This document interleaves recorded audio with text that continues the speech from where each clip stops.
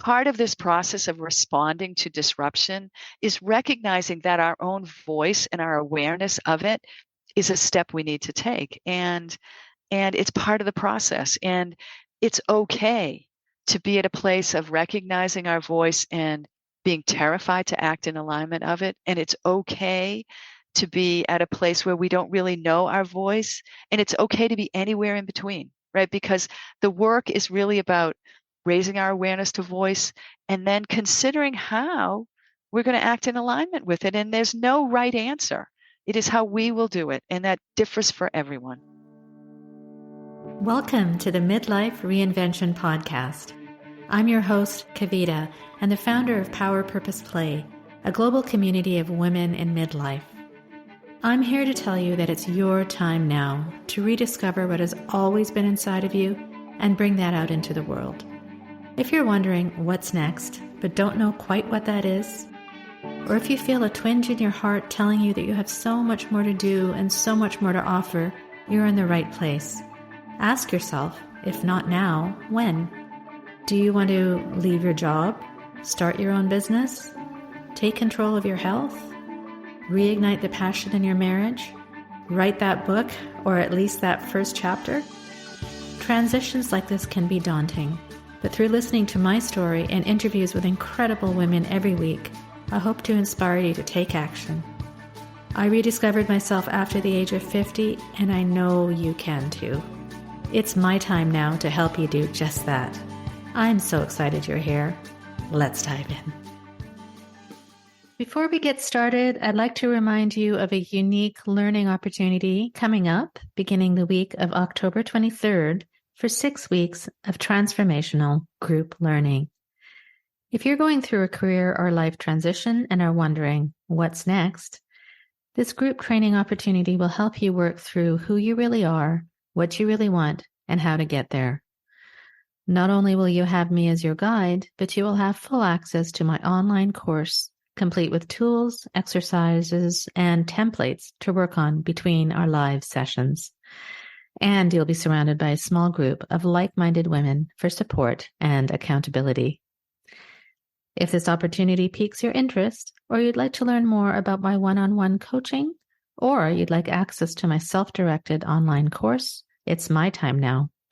Reach out to me at Kavita at itsmytimenowcoaching.com and let's book a chat to see what works for your needs, your lifestyle, and your time frame. You can also go to itsmytimenowcoaching.com/group.com to find out more. Hi, my friend, and welcome to another episode of the Midlife Reinvention Podcast. I hope you're doing really well today. Today's episode is a real treat, and as I speak with Linda Rossetti, and we really discuss how disruptions in our life are normal and how we can learn from them and grow in transformational ways.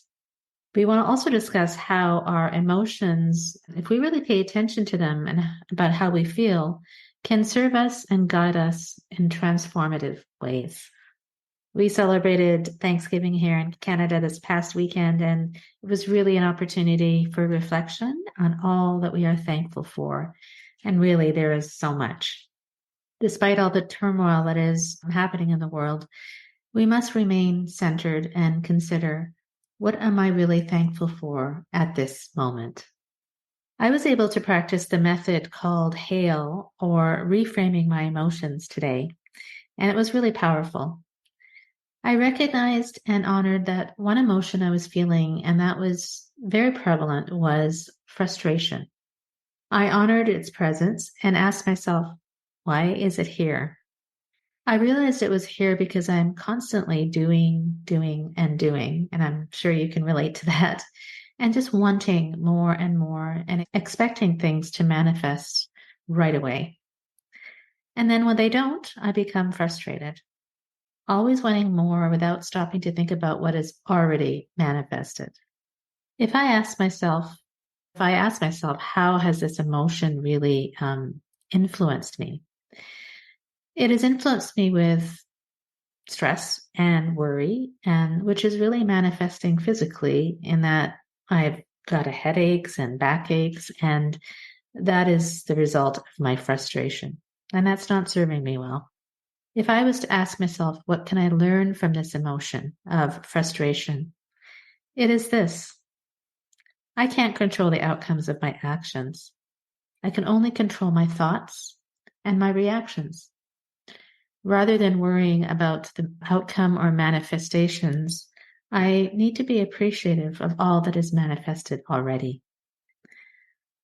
Don't always be worried about the next thing, because the next thing won't come if you worry about it. Really, again, it's the law of attraction, and what you think about manifests. And if I think of the lack of something which causes frustration, more of that will come to me. It was a really powerful exercise to break down my feeling of frustration, and it just made me lighter and thankful for all that I have and all that has been manifested, and excited for all that I know is coming my way. I am so thankful for you, my wonderful listeners, who take your time for your own personal growth. I truly am, and I don't take it lightly at all. Think about how your emotions can be your guidance system. I'm here to help you unpack that if you'd like, as I've been trained in this exact process. Let me know what you think of my thoughts this morning, and also how you enjoy this podcast with Linda Rossetti. Feedback is very important to me, so it really also does help me to improve my offerings to you. So shoot me a message at kavita@itsmytimenowcoaching.com, and let's chat about what disruptions or emotions that you're feeling at this moment. I'm here for you. Enjoy this next episode, and I'll see you at the end with the key takeaways. Welcome, everyone, to the Midlife Reinvention Podcast, a podcast for women in transition in their careers and life. I'm your host, Kavita Ahuja, and my goal with this podcast is to inspire you to rediscover all that resides within you and help you unleash it to the world with confidence. If you may be going through transitions in your career or life and wondering, what's next?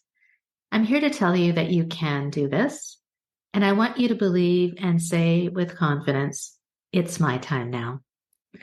To this end, I interview incredible women for this podcast who share their stories of reinvention and who will give you their advice on how to overcome the obstacles in your way to reach your vision for yourself in this next stage of life. This week, I am thrilled and honored to have on the show for the second time, Linda Rossetti. I recently had the privilege of participating in a certification course for the groundbreaking emotional reframing tool called HAIL, researched and created by Linda. And as a result, I just had to have her back on the show to discuss her important research and her new book, Dancing with Disruption. Linda is a business leader, a Harvard MBA, and a social entrepreneur who is dedicated to advancing our understanding of and response to personal and organizational transformation. She is the author of 2 books, as I said, one, Dancing with Disruption, and the next, Women and Transition. Her work has been featured on NPR, Money Magazine, Next Avenue, Thrive Global, and other outlets. Previously, Linda served as Executive Vice President of HR and Administration at Iron Mountain and as CEO of eMaven, a venture capital-based technology company. She hosts the podcast Destination Unknown. She also leads the Transition Institute, a consultancy that collaborates on research and certifies others on transformational methods. Linda, I am so happy Kavita. and honored to have you on the show again. Kavita, it's so nice to be here. Thank you. And thank you for that kind introduction. And I want to recognize right up front the wonderful work that you do with women who are in transition.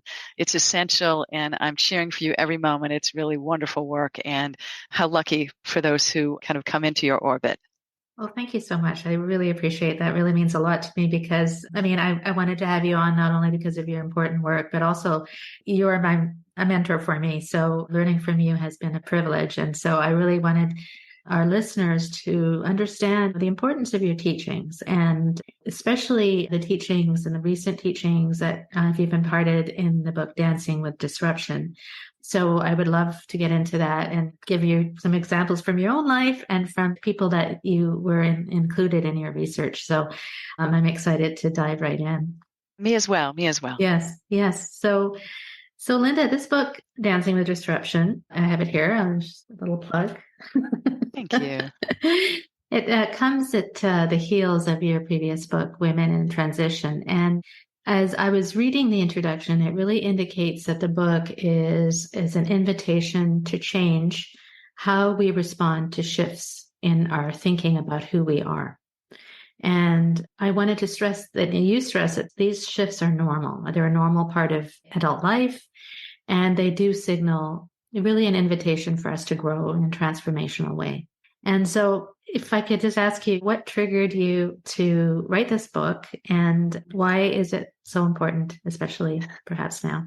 Yeah, so thank you for that question. It's a lovely question to start with because we can go in a lot of different directions, right? The Yes. quick answer is I wrote the book for two reasons, right? One is because after a decade of research, I noticed patterns in people's stories that really change the way I think, and I hope others think, about these experiences in life when we have a break in how we've come to know ourselves, right? We've been a career sales rep, and all of a Mm-hmm. sudden it's like, well, wait a minute. Is this who I want to be? Or I don't want to be this anymore. Or we've lost a connection and we instantly say, oh my goodness, something must be wrong with me, right? We're Right. conditioned with these responses. And from the data and research, I found that in fact, that's really a misunderstanding of what's happening because those kind of moments are enormous invitations to help us expand. And it's really that kind of pattern that prompted me to write the book. But I would be remiss if I didn't say it's partly also my experience, right? Because more than a decade ago, I found this topic of transitions in adult life. And I hesitate to use the word transition because lots of communities claim that word. And I've kind of deferred to kind of saying, look, there are these moments of shifts in how we think about ourselves. But I had that almost a decade ago and I struggled mightily, right? As Mm-hmm. you referenced my background, at the time I was serving as the head of HR and administration for a large global company, right? I was doing Mm-hmm. laps around the planet on an airplane and we had business in 37 countries. So it was a busy day. Wow. Yeah. And I went through this period of saying, my goodness, something must be wrong with me because I was not functioning at the way that in a characteristic way. And I struggled to find resources that spoke to the enormity of what was happening for me. Mm-hmm. And that prompted me to go ask some questions. And that's really not the end of the story because as I look at the last decade, as I've been doing research, I'm kind of a couple of miles down the path ahead of everyone else who I'm researching because I've gone through cycles of growth in this decade that are so radically different from where I thought I was starting when I served as head of HR and administration. I mean, where this transition has brought me is an enormous change from where I was. And yet I'm not radically doing things differently. I'm approaching things in totally new ways. And so long-winded answer to say, I wrote this book because one, this incredible research that I've done where hundreds of people have shared with me their experience about major life shifts and also my own experience. And Mm-hmm. I think it's timely now because everywhere we look right now, there are disruptions, right? All over the workplace, in society, our economy. We could go on and on. Great news, longevity is extending lives.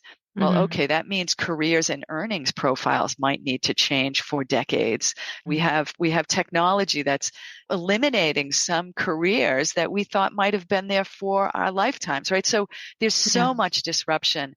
Part of the reason why I write this book is that every one of us needs to upskill in terms of our ability to navigate disruption. And so the book is motivated by so many things, Kavita, but it is a labor of love, right? My work, you mentioned, I think of myself as a social entrepreneur. My work is really about helping people think differently Mm, about what I thought when it happened to me was this unusual, it was only happening to be odd behavior, and what now I understand to be a completely normal, common experience. And that is disruption repeatedly over adult lives. And we have mm. this great opportunity now, particularly, to learn how to respond differently. Mm. Everything you said just resonates with me so much because I went through that as well, as you know, and that was about 5 or 6 years ago. And at the time, I thought as well, like, what is wrong with me? Like, there's got to be something wrong with me because Right. everything from the outside is perfect, and I don't know what's wrong with me. And like you, I started looking around and seeing I'm not the only one. So that's when I dug deeper into it, and it's really wonderful to now have these tools that you provided to be able to understand what are these disruptions all about, and how can we manage them. So yeah, thanks for sharing that. Those are some great reasons for for writing this book. So It is the approach of the book, which is to give people a platform for conversation with themselves and others, right? So there is mhm, a fair amount of the book is just education, right? Which is giving people a new way to think about these moments of shifts in our lives. And we should be clear, they can be prompted by occupational shifts. They can be prompted by relationships, by health or physical capabilities, by spirituality, like energy, mhm, spirituality. It can be on any plane, right? But these mhm, shifts mhm, occur. And so the work that I do is really about educating people on what's really happening when those things are occurring. And then mhm. also providing these interactive exercises, right? These tools that I refer to that allow people to, work with yourself and others to reflect on things that might help them ask new questions of themselves. Because I think that's Yes. really the answer is if we can kind of break out of our normal pattern of, oh my goodness, what's happening? We ask the question like, oh my goodness, something must be wrong, to Mm. actually bringing a fresh new question. Yes. That's when real acceleration can happen. Yes, yes, absolutely. Yes. And I'm glad you mentioned those different examples because when you speak about disruptions, there can be different kinds, right? They can be unplanned, like you mentioned, it could be like a divorce or a job loss, or it could be things that are anticipated, or that feeling that something's not quite right, which is what I had, right, at the time. So in the book, you talk about kind of two dimensions of a disruption, right? And so the one is the impact on how we function, and the second is the influence on our thinking. And then you also talk about a concept called a gateway disruption, which I think is a really important thing. If you could maybe explain that a little bit. What is a gateway disruption, and how can these disruptions impact or influence us, or both? Sure. And thank you for recognizing that in the book. We start off the conversation in the book by saying, well, look, disruption is all around us, right? It can happen Yes.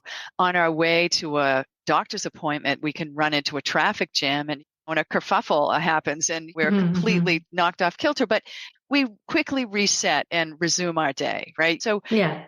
the disruptions that are handled in the book, these gateway disruptions, are kind of the opposite of those, that the kind of minor, unexpected things that kind of color our existence. Right. The Right. ones that we talk about really are those, as you mentioned, that have one of two patterns that I observed repeatedly in the research, right?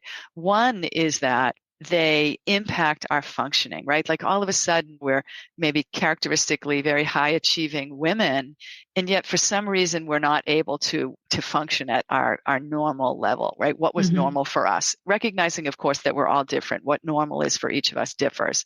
And the other is if we recognize that there's some kind of break in our thinking about who we are, and when either of those two patterns are happening, it typically is this gateway opportunity, which is a time that we can choose to respond differently. And that's what's so important in the book. And I tell a very funny story in the book, and your listeners might enjoy this, that for me, it was hard for me not to have these disruptions and just say, oh, bad day, bad day. Yeah. Yeah. And one time, and this is so silly, right? One time I was leaving the office and I worked in the city. So we had like these parking garages that were under the buildings. And we Yeah. had to leave our keys in the car because the Right. attendants in the garage would move the cars around all day long because we would park like 3 and 4 deep because there was no room in this garage. And Right. so Right. one day the babysitter had to leave on the dot 5:30. Linda, you have to be home because it was critical. And so I was running. I had a phone in the ear, running from a conference call, take the elevator down. And when the elevator doors opened, the two cars that just happened to be right in front of me were the two cars owned by my house, right? And so without thinking, I hopped in a Honda Pilot, which is what I typically drove every day to the office. Yes. And I was on my way, I have to get out of this garage and get home. And so I go up all the levels, and it's round and round and round, swipe my badge at the reader to exit. And once I get out into this heavy rush hour, one-way traffic, I clear the building, and all of a sudden the radio kicks on in the car. And I am sitting in a beige interior Honda Pilot, where mine is smoky gray. Now, I have been in the car. I've been in the car for minutes, Kavita, right? This isn't just 5 seconds. This is minutes, right? And so I say that to for your listeners to say, when I say non-functioning, right, that there's a break in our functioning, right? Some of these disruptions work kind of silently, but they decompose our normal functioning level. And I think that day was an excellent example for me, right?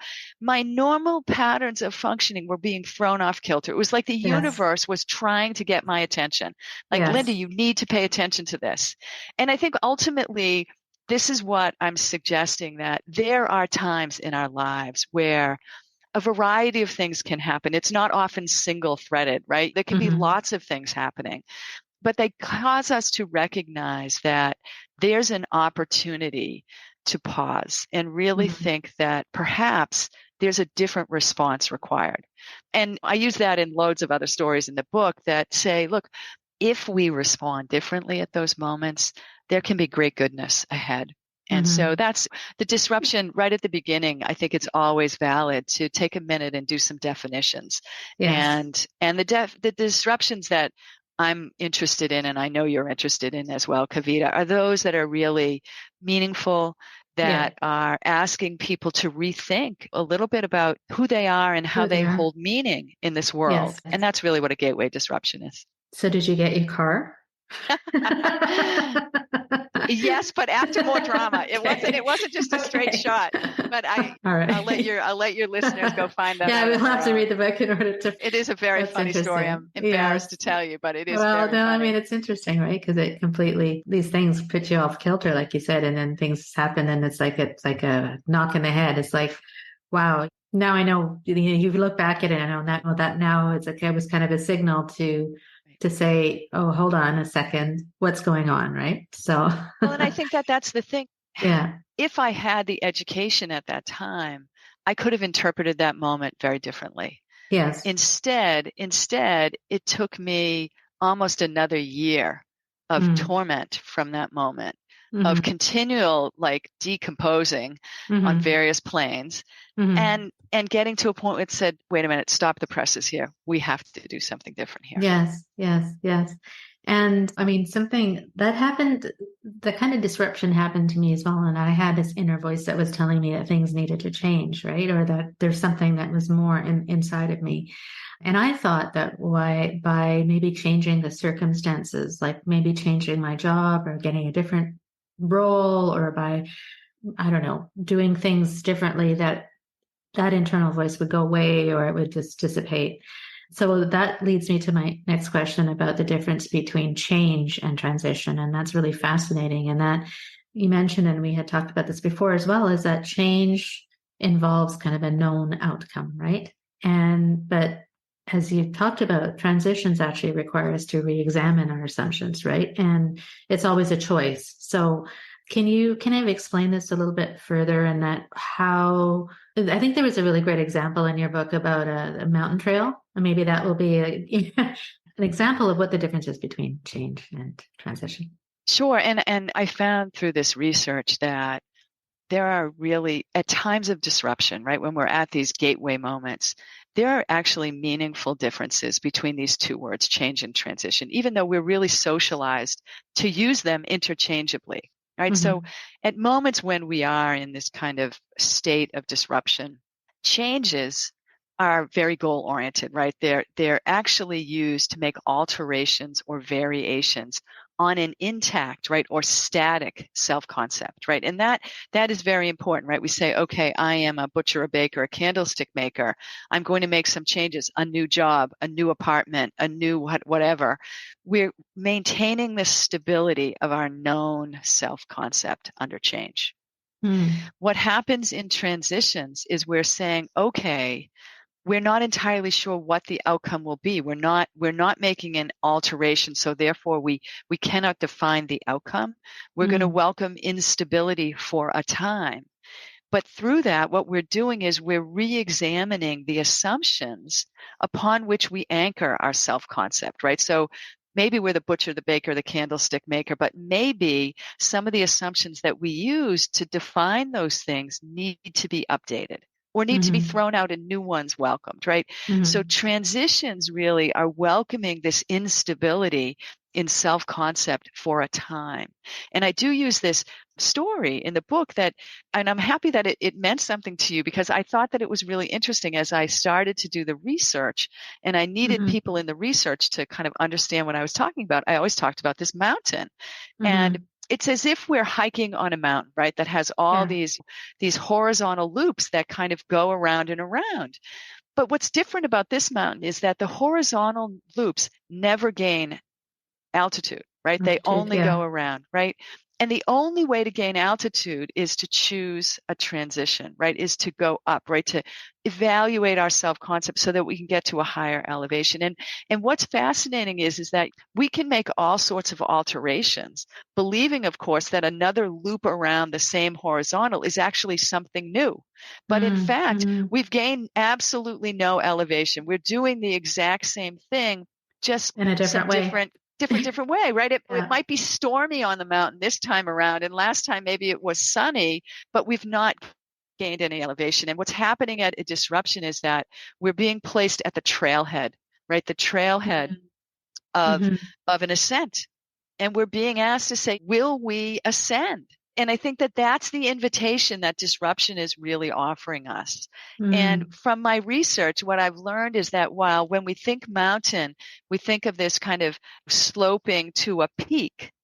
And what I've learned is that if we choose transition and choose to ascend, we invert the mountain, right? We expand as we go up. And it's quite fascinating. And it is repeated regardless of the circumstances, again and again. And it is quite lovely. Yeah, that example really put it into focus for me, I have to say. And I think when you talked about the ascent going from one level to the next, would that ascent would you kind of label that as that transformational growth that occurs? Absolutely. Yeah, right. When we're choosing transition, what we're doing is we're embarking on a path of transformational growth, right? That is actually the choice that we're making. And transformational growth is all about this process of saying, okay, what are the assumptions and expectations we use to define who we are, and evaluating them. And that isn't like a binary, like I'm flicking the switch, woohoo, I did it, I'm done. It's this iterative process of first becoming aware of the expectations that we carry for ourselves, and then evaluating which ones are still valid and which ones might have outlived their useful life. And then which ones we might perhaps welcome anew. They may build on our experience. They may be totally new. So this notion of transformational growth is really this process through which we re-examine our expectations and definition of who we are. And it really moves away from what typically happens in early adulthood is where we're setting our expectation and definition for who we are based on our external environment, right? It's the communities we live in, it's our families, our religious affiliation, our education, the occupation we choose. And we take bits and pieces of all of those things and we create this composite of self. And that is what we use to evaluate how we're doing, if we're loved, we're making progress, all these things. But as we embark on a period of transformational growth, what we're doing is we're welcoming an opportunity to re-examine all of those assumptions. And it isn't as if we throw the baby out with the bathwater. Like a lot of times that's what people think, like, oh, transition, I have to leave everything and start anew. Really what's happening is we're bringing into awareness those assumptions we carry, and we're thinking about which ones are still valid Yes. and which ones may be ready to say, you know what, I'm ready to let that go. There's a woman who participated in my research, and she came in and she said, for nearly 20 years, she said, I held this singular goal, which was I wanted to be a GM by the time I was 40. And every juncture, every Hmm. disruption was met with that same clear, very targeted outcome she was pursuing. And she got to about 37 or 38, and she said, you know what? I started to see cracks that that wasn't really something that appealed to me.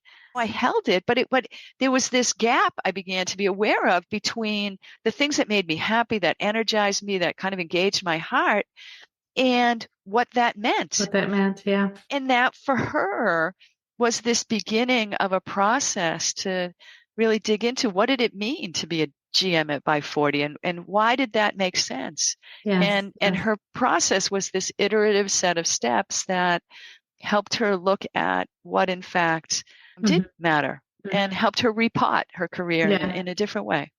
A great example. Really great example. I love that when you talk about the iterative steps, because I often, when I'm coaching my clients, they faced with a transition or something that's disruptive in their life, and they think they have to know it all right away, and that they have to everything has to be planned. But I often suggest that it's one step at a time. You do one thing and it opens up something else. You just have to be open to it. Right. Right. And so I think that's similar to what you're talking about, in that we don't have to know, we don't have to see the top of the mountain, right? We can just go Right. Right. using your analogy, right? So We only have yes, to make the choice of taking the next trailhead. That's all we have to yes, do, right? exactly. Because ultimately we have these lovely, many times untapped set of skills that come to bear to help us make that traverse. Hmm. So Hmm. Hmm. it's quite lovely if we trust ourselves to make those steps. Yes, absolutely. Wonderful. So, Linda, I wanted to get into a little bit about these tools that you've discussed. I know we can't go through all of them because there's a ton, but you have a toolkit called the Incubator, which is in the book. And I'd encourage our listeners to read the book because it's got a ton of wonderful examples and tools that we can actually use on ourselves. But so there's four separate tools, which you have in the Incubator. And the first one is reframing our emotions. The second one is resetting our expectations. The third is reimagining our identity. And the fourth is reconstituting connections. So again, there's so much in there, but if we really focus on the first one, which is reframing our emotions, and that is what I've been certified in as well, which I love. But you say that our emotions can serve as an oracle, not an obstacle to our success, which is amazing. So maybe you can explain that. And if you could briefly talk about what is HAIL, which is the acronym for this tool, and maybe kind of go through that and with an example, perhaps, if you might. Hi, my friend. Kavita here. Do you often feel blocked from moving forward? We all feel that way at times. These are referred to as energy blocks. I've created a short, actionable PDF guide to help you release your negative energy blocks. Click the link in the description to download it now for free. Now, let's get back to the episode. Of course, of course. And Yes. I thank you for giving us this time to talk about emotions, right? Because the thing that I found most striking, right? I sat down with nearly 300 people, right, through my research, and these people brought me to their most important moments, right? They Mm-hmm. shared with great loss and great excitement, right? Something, a long-awaited promotion happened, and that could be the reason for the transformation. But Yes. the thing that was most striking was the role our emotions play in all of these shifts throughout our lives. And what's interesting, I had to go and look at some academic research to make sure that I was interpreting what I heard correctly. And I found this fascinating work by this gentleman whose name is Jack Mesereau. He's now deceased, but he was a professor at Columbia University for many, many years. And he observed through his research that people who are going through periods of rapid transformation actually have two levels of activities that need to happen. One level is very practical, right? We have the woman who wanted to be a GM, no longer wants to be a GM. She says, okay, I need to earn an income. What am I going to do, right? Very practical. But there's another level that requires an equal amount of dedication.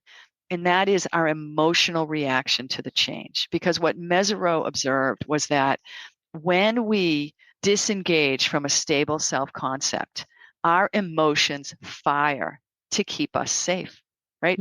Our emotional system is just as exquisite as our respiratory system or our endocrine system, right?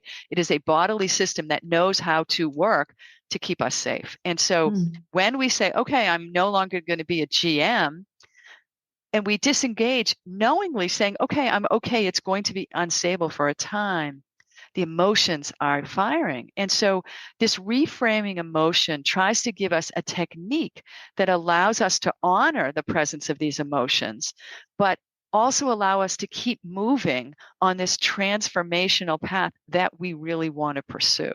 And so HAIL, which is a 4-letter mnemonic, which means each of the 4 letters of the word HAIL, HAIL, each of them stands for an activity. And what the activity does is it helps us reframe our relationship with an emotion, right? So and reframe gets a lot of press right now. It's like one of those fancy words like vulnerability or authenticity. Like it's almost like it loses meaning. So let me take a minute and just say what I think reframing means, right? It's as if Kavita and I stepped outside right now and I said, okay, Kavita, let's draw that building that's right in front of us. And Kavita goes to work and she does it. And when she finishes, I say, okay, come. And we go across the street and we ride up in the elevator of an adjacent building and we go to the rooftop. And I say, okay, Kavita, let's draw that same building, but now you have to do it from a different vantage point, right? So your ability to see something familiar, right? That building that we just saw in front of us changes radically. And that's exactly what HAIL does with our emotions, right? So it takes what can be an oppositional emotion, rage, sadness, self-doubt, perfectionism, and allows us to be different with that emotion. And I describe it often, and I'll use an emotion for me, right? Sadness is just something that's often I carry that. It's been a part of my existence for my life. And with HAIL, right, or on a day that I don't practice HAIL, it's as if I'm hanging on the end of a rope and sadness can like whip me around willy-nilly. It wants to change my direction. It does it in an instant. And I really have no control other than just hanging on because it has total power over me when it's active. But what HAIL allows me to do was to say, okay, I see you, sadness, and I can drop the rope on the ground next to me, right? So it can't whip me around and change my direction at will. It's still there, right? I see it. It's right next to me, but it doesn't have power over. And that's what HAIL helps us do. It diffuses an emotion's power over us. And that is essential, right back to Jack Mesereau's research, that's essential to being able to move on the practical side is really to diffuse the power over us that emotions can have. And I use the tool all the time. I'm trying to think if I have a good example. I can tell a story from my own experience, if that makes sense. Do you want me to give a story about it? Sure. So there's this the great news about HAIL is we can use it in the moment, right? We can use it in the moment when we have an emotion that's kind of firing at us. Or we can use it in retrospect. We can say, you know what, that was a terrible period of my life. Let's reflect on that emotion and its role. So it can be used both ways. But I'll give you an example of mine because it'll push us to understand how these emotions can become oracles, right? So there was this one time where I was asked to do a meaningful consulting project, right? A lot of what I do, in addition to educating and being a social entrepreneur, is working as companies go through major organizational changes. So I was asked to take the talent component of a big post-merger integration project. And it was myself and a number of executives, all of whom I knew. We had all worked together before in the past, and we were helping this big company kind of merge two companies together. And so this one day we had a meeting with the CEO and CFO, whole day long meeting going over critical path issues. And this one gentleman who I knew well ran the IT. And Yes. so every time he talked about somebody else in the room, he said, "Oh, Jane needs to do this, or John needs to do this." But every time he referenced my area, he refused to say my name. He said, "Talent needs to do this," or "Talent is behind on this." He never acknowledged me. Now, as the Hmm. morning goes on, it's as if my blood is boiling. I'm just getting Yeah, more no doubt. furious, No doubt. furious by the minute. Like my top was going to blow off because Yeah. I was just so angry. And so this is stewing as these conversations. And at one point, just before lunch, he said something, and I was snappy, and like everyone in the room looked at me like, "Linda, why are you acting that way?" And nobody else observed what he was doing, right? And I was just fit to be tied. So at the lunch break, I say, "Okay," we were kind of breaking to another conference room, and there were high tables. So I grabbed my laptop and went over to a table and basically used a decoy to say, "I need a break from all of you. I'm just going to sit here and have my sandwich." But I went through Hale, and I said, "Okay, what's happening here? I'm angry." Right. Yes. First step is honor. Anger was there for me. And it's unusual because I'm not really somebody that carries anger. Hmm. So that one was interesting, but Hale helped me name all the emotions, and anger was the one that was so raw and that I wanted to work with. Yeah. And the next step of Hale asks us to think about, okay, why does anger have meaning in our experience? And I really struggled with that one because anger didn't have a lot of runtime in my experience. It's just not something. I don't get angry a lot at Yeah. people, but ultimately I pushed and I was like, well, maybe it has to do with not being respected by Mhm. this gentleman. And I kept asking, right? And Hale gives us prompts to help us keep asking to dig at this. And what I ultimately found, and I'm aware that we need to keep moving because I'm talking way too long, but No, no, no, please. This is a um, great example. I love it. ultimately what I came to is that something that's very meaningful to me is being seen. And I don't mean like Hmm. standing in front of you, you can see me, but being acknowledged, making sure my voice and my contributions are heard. And Hmm. what was happening in that room is that I was being unseen by this gentleman. Hmm. And Hmm. so the ask was helping me really get at what meaning anger was holding for me. Hmm. And the next step I influence is to bring out how that meaning is influencing us. And that was easy Hmm. to answer that one. And that one was clear, right? I was acting in Angry. response to anger in Yeah. ways that again were uncharacteristic. I'm not somebody that like snaps at somebody in a meeting, right? Yeah. So it was Yeah. influencing me in a way that rope like flicking me around, it was really Yeah. doing a number on me.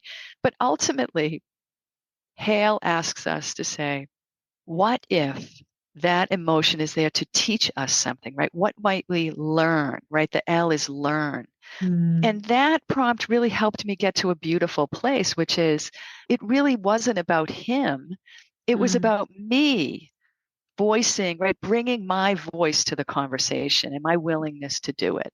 Mm. And it was a lovely reminder of what I needed to do. And so in the afternoon, he was diffused, right? He could stand on his head and do something, and I wouldn't have even really seen it, let alone reacted to it. But Mm. I was inspired by this notion of what it meant for me to be seen and the actions and the agency I had for that. And I, Hmm. at one point, offered something that was, I didn't think it was all that meaningful, but I put it into the conversation thinking that it was really important. And it actually turned the conversation for the next hour or so in terms of what we needed to work on. And as I was walking out that day, the CEO pulled me aside and he's like, Linda, I'm so happy you were here. Thank you for your contributions. And so I just Wow. have to say that it's a simple illustration of Hale in the moment, right? Yes. That so often we are buffeted by our emotional response to a circumstance, particularly circumstances that involve us Mm. stepping away from a familiar, a stable sense of Mm. self. And we Hmm. very often read meaning into that. We often, to emotion, say, oh, there must be something wrong with me. Mm. What I submit to you is Hale is fantastic at helping us reframe those emotions. It's fantastic at helping us ask ourselves new questions and recognizing that what this whole process is really about is our voice and our Yes. willingness to use our voice in all the circumstances of our lives. And Mm. so I thank you for giving us some airtime on this. I'm No, thrilled. that's Kavita is one of many who are trained, certified on Hale, and it is a groundbreaking technique that I am certain is going to contribute to the success of legions of leaders as we go forward, particularly because we have such disruption in our environment. So, Kavita, I'm thrilled for you that you use it in your practice, and I'm excited about its power because it is quite Yes, meaningful. it is so powerful. And thank you for sharing that really great example, because it really brings into perspective, like even on an everyday basis, when we have these emotions that seem to take control over us, and then we kind of blame the circumstances or other people or the situation. And then if we stop and ask these really important questions, we internalize them and say, hey, what's really going on? And it usually ends up being it's our own internal compass. And we realize that that emotion has taken over. And if we take that power back, like you said, and reframe it into what can we actually learn from this? And so powerful. It's really, and I'm really excited to use it more and more in my practice, because it is really important, because we're emotional beings, right? Right. And the thing So, that is fascinating is how much we miss getting the intelligence out of our experience of the emotions. We yes. kind of stop with the feeling. Oh, I'm feeling sad, angry, happy, self-doubt, vulnerable. All those things are good, right? I'm not judging any emotion. There's no right Hmm. or wrong emotion in this. But what we too often are subject to is this notion that we're not getting the intelligence out of these emotions, and they can really inspire Hmm. us and direct us in ways that are profound. Hmm. Hmm. And it's about the perspective on why is that showing up, like you mentioned about the building, and how do you see the building? And it's about changing our perspective as well, and responding to that perspective in a meaningful way. So, so important. And I mean, that's just one of the wonderful tools that you have from your research you have given us. So there was other ones, and I thank you for sharing the hail, but that's definitely, I'm excited, as I said, to dive into even deeper as I move along in my practice. But Sure. And I do think, uh, like, part of my work is that I want to make sure that there's a way that people can begin the conversation just by doing these exercises. So, as you said, mhm, there's exercises in each of the 10 chapters in the book, and they're all intended, like the exercise, which is Hail, to help us begin to ask new questions. And that yeah. unlocks incredible power. Yes, yes. There was a few that I really, and another couple of exercises that really I thought were great, especially for perhaps women, for example, who are maybe going through a change in their life that they're wondering, how do I actually tell people about it? And one of the exercises was how we tell our personal stories. And usually what we resort to is kind of like a chronology of our life, like this happened and then this happened. And then that's how we explain where we are at. Versus you suggest that rather than doing it in a chronological way, Right? It's a big word. we use a value-based kind of explanation, or one that what do we value, and therefore that's how we should tell our stories, or that would be an example of a more powerful example, I think, of telling our stories. So, any thoughts on that? Or Yeah, it's so interesting that you pick up on that, because I think that any of us who have been through a period of great shifts in our lives realize that one of the most hated questions we get is, "What's up?" or "How are you?" mm, And I remember one woman in my research who said, if they don't have a half an hour, I don't know how to respond to them, because right. I'm in this kind of big place that I'm trying to make sense. I don't have the words. And so part of the research that I did was taking 80 people and working with them over a long period of time and giving them tools to see what actually worked. And one of the most meaningful tools was this shift in the architecture of our storytelling. And Hmm. as you very appropriately point out, that we're conditioned to use chronology as the architecture of our story. I did Hmm. this and Hmm. this and this, and then voila, here I am. And the most meaningful way to get out of the anxiety of being in between and not being able to kind of articulate for others where we're at is reverting to an architecture that is values based, right? To say, what's a value to me, as I mentioned in the last example, is being seen. And the book outlines some techniques on how to integrate that value statement into a story that draws a listener in and creates an opportunity for them to be a resource to you, which is the ideal, by the way, as you're going through a shift. So this notion of decoupling from chronology is really, it's incredibly powerful, not just at times of transition, but any time in our lives, right? Because I oftentimes have people, without telling them much, I say, okay, introduce yourself. And they go and 99% of them do a chronology. And then I give them a little prompt and I say, okay, now I want you to reintroduce yourself. Only this time I want you to pick any value, one value that you hold true, and use that to anchor your story. And people come back and say, my gosh, it was like meeting somebody new. Like they're two different people. And so I just submit that to you, that we, underneath all of this work on disruption and transformational growth, is this notion of voice. And when I say voice, I don't really mean what you hear audibly when I speak, right? I've been talking now for nearly an hour. You know that I'm a Bostonian, right? I have an accent that's a Bostonian.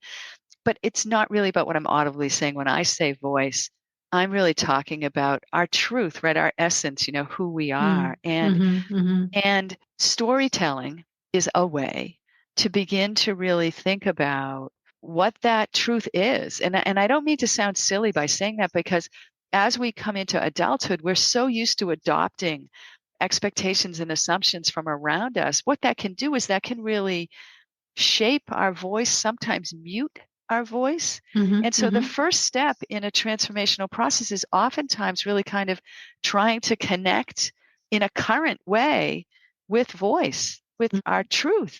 And then there's a separate step from that, which says, okay, if I now understand that, how will I act in alignment with it? How? And that isn't clear often, right? So I remember there was this one event I did in Chicago for a number of nonprofit leaders, and it was a half-day event, and we talked a lot about voice.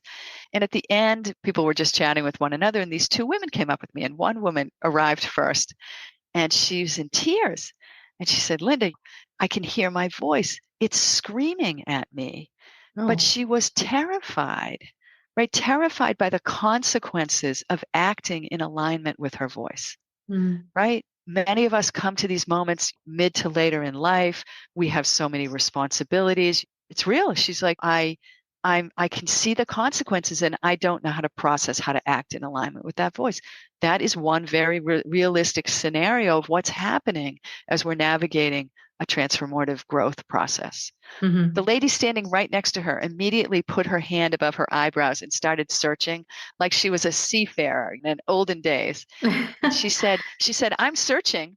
I haven't seen my voice in 30 years. Wow. Right. And so I say that not to say one or the other is right. I just want to honor the fact that part of this process of responding to disruption is recognizing that our own voice and our awareness of it is a step we need to take. And it's part of the process. And it's okay to be at a place of recognizing our voice and being terrified to act in alignment of it. And it's okay to be at a place where we don't really know our voice. And it's okay to be anywhere in between, right? Because the work is really about raising our awareness to voice and then considering how we're going to act in alignment with it. And there's no right answer. It is how we will do it. And that differs for everyone. I love that example. So, I haven't heard my voice. Wow, that's great. And so true, right? So true. Yeah. The other thing that I know is that when we are looking at these disruptions in our life, sometimes we are held back because people around us are questioning why are we doing this? And they're not supportive. And one of the things in your book was the importance of connecting with communities and other people who are non-judgmental, because we need that as we grow. And one of the things you said is the single most important criteria to gauge if someone can serve as a supporter of growth is their ability to ask, why not? And I love that, because I think that as you and me are, like, we're coaches, we help people, is like, well, why can't you do this? Why can't you listen to your voice? Why not? Right? Versus why? Or why are you doing this? Right? So I think that's a really important distinction, which that resonated with me. Thank you for picking up on that, because I think it is one of the most important things of the work and the research, was this distinction of who do we need around us, or whom do we need around us? I think my grammarian neighbor would get on me on that. Who are these people? Yes. And it's so important to recognize that those who are around us, spouses, best friends, family members, even coworkers, very often it's been observed through scientific research that they have a need for us to stay the same. It's part of their stability, right? So when we say, woohoo, we are going to go through this process of growth, right? Because by the way, when we go through transition or we choose transition, it is growth, right? It is actually adult developmental growth. So when we say we're going to grow, we can upset their stability, right? So understand that it isn't really out of malice that people respond by saying, why would you do that? It's really at some level about their own stability and their need Yes. for that stability, right? And so a lot of people come into a transitioning period and say, oh my goodness, do I have to leave my friends, leave my family, leave my spouse? And the answer is not entirely, right? It may be, and that may be part of your process. But what is absolutely required is you need people around you who can create a safe environment for you to explore. And that's what I reference in the book, is trying to find these people who can ask why not. These are people who cannot see your invisible walls, right? They don't know they're there, right? Your family member knows they're there, but these people who are new to you are essential because they cannot see those walls. And not that they're going to tell you to be reckless and break through them, but they're going to help you recognize, one, that they're there, and two, how to handle them. And this is where the beauty of deeply experienced coaches like yourself, Kavita, come into play, and others, right? I have had the great good fortune of facilitating all sorts of groups over the last decade. And it is fascinating how strangers can come together and be that person to say, why not, right? So these trusted others are essential, right? We need them. Sometimes they can be family members, but for real reasons, oftentimes they can't. And we need them because as we move along a trajectory of growth, we need validation sources, right? We say, if I say to Kavita, I'm thinking of ending a relationship, which, by the way, as I look at the trajectory of my current transition, I'm reevaluating relationships that are closest to me, right? And so I need the safety of an environment to be able to hear myself talk about that and have somebody help me validate and affirm my thinking as I'm exploring. And that isn't to give me an answer. It's to continue to ask me questions so that I can listen to myself in a new way.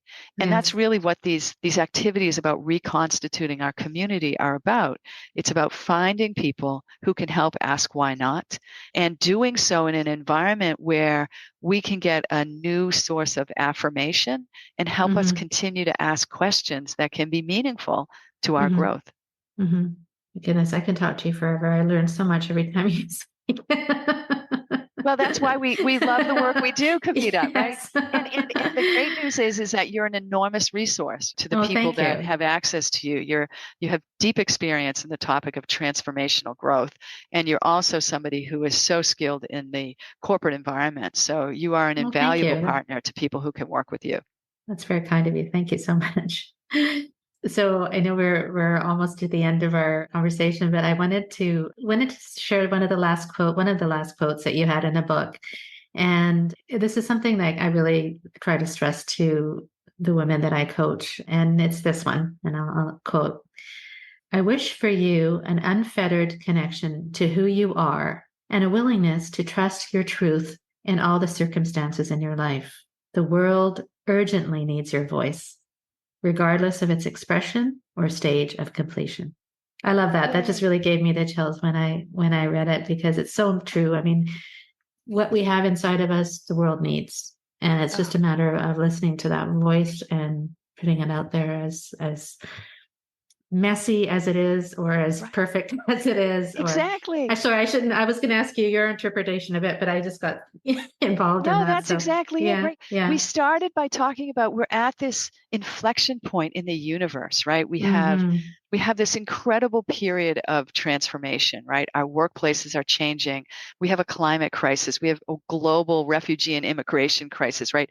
We have longevity changing how we think about our lives. Like, it's on every plane, there is radical change. And Mm-hmm. never have we needed everyone's voice more than right now. Mm-hmm. Right? We will not find the way forward if we have people disengaging or believing their voice doesn't matter. Mm-hmm. Everyone's voice matters, regardless of the expression or the community somebody wants to be connected to, right? The answer doesn't matter. That you are connected matters critically. Mm-hmm. So the work, if somebody said, what's your work about? It's simply this. It's about engaging people to use their voices, to explore their truth, and to bring it forward in a way that feels comfortable for them. Because it is essential right now. We need everyone. We will not go forward successfully as a humanity without everyone's voice. Mm. Drop the mic there. I don't have any other questions for you. That was just, yeah, I mean, that's a great way to end this conversation because it's so important, especially now. And the work that you've done, the research you've done is so vitally important for people to be able to navigate the many changes in their life. And we all go through them, and these are valuable tools, lessons that we can all take into consideration in our own lives. So thank you so much. Kavita, it's been an absolute honor. Thank you. I appreciate it. And next time, maybe you have a third book, then you can come back. Let's work on this one. Yes. But I wish you all the success. And again, congratulations on the wonderful work you do in walking next to people who are in transition. It's vital. And I look forward to hearing about how your work continues to grow. Thank you so much, Linda. I appreciate it. I trust you enjoyed this powerful episode with Linda Rossetti, and you consider the disruptions that you may be facing in your life right now as an invitation for transformational growth. Here are her key takeaways. Number 1, those moments of disruptions or shifts of how we think about ourselves are an enormous invitation to help us expand. Number 2, disruptions repeatedly in our adult lives are normal and common, and we now have this great opportunity to respond differently to them. Number 3, changes are very goal-oriented, and we are used to make alterations on an intact or static self-concept. We are maintaining the stability of our known self-concept. Whereas in transitions, the stability, we are welcoming instability for a time, but through it, we are re-examining our assumptions upon which our self-concept resides. Number 4, if we choose transitions, we invert the mountain. We expand as we go up, and if it is repeated, regardless of the circumstances. We only have to make the choice of choosing the next trailhead. Number 5, emotions can serve as an oracle, not an obstacle to our success. Number 6, hail is a tool to help reframe our emotions, so our emotions don't have such power over us on a daily basis. It diffuses an emotion's power over us. Number 7, storytelling is a way to begin to think about what our truth is and to connect in a current way with our voice or our truth. Number 8, you need people around you who can create a safe environment and ask, why not? They are essential for your growth. And number 9, never have we ever needed everyone's voice as we do now. Everyone's voice matters. Engaging people to use their voices is essential right now. Thank you so much for listening, and remember, your emotions can serve as an oracle, not an obstacle to your success. Till next time, stay well and stay safe.